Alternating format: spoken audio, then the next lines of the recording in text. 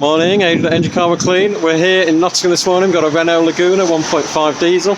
This is 2009 model, 170,000 on the clock. Now we've been out to this owner previously with a different vehicle. Back today with this one. Over the summer he's had issues with it backing off in terms of power. Issues have kind of gone away now the weather's got a bit colder, but wanted to get it cleaned up and checked out. We found some issues there in terms of codes to do with the rail pressure.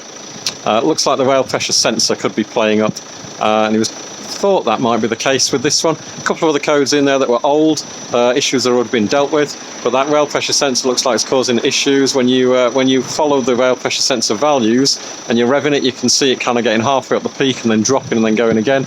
Might be fuel filter, might be pump, but the codes are all pointing towards the actual pressure sensor itself.